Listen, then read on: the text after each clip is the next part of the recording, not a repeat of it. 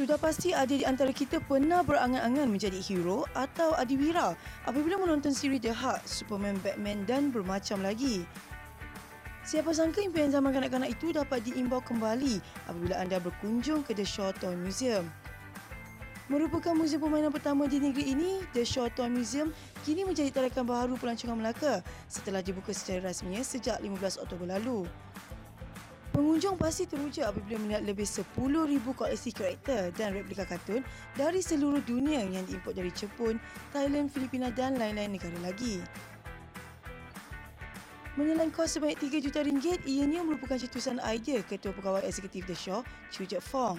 Kita ada patung-patung yang exercise untuk kita punya visitor boleh sentuh, ambil gambar yang paling close punya lah. Kita tak ada blok lah untuk kostum besar.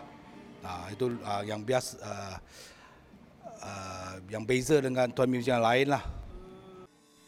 Mengakui minatnya suka mengumpul koleksi watak-watak kartun kegemarannya sewaktu kecil lagi, beliau sendiri telah berkunjung ke beberapa negara untuk membeli patung-patung yang dipamerkan. Antara yang menjadi tumpuan adalah patung The Hulk, Thor, Star Wars, termasuk kenderaan Batmobile dan suit Iron Man pelbagai jenis berskala sebenar dipamerkan di satu sudut khas. Selain itu, replika patung robot Supreme Prime yang dibuat dari logam kitas semula setinggi kira-kira 5 meter juga turut tersenarai dalam Malaysia Book of Records.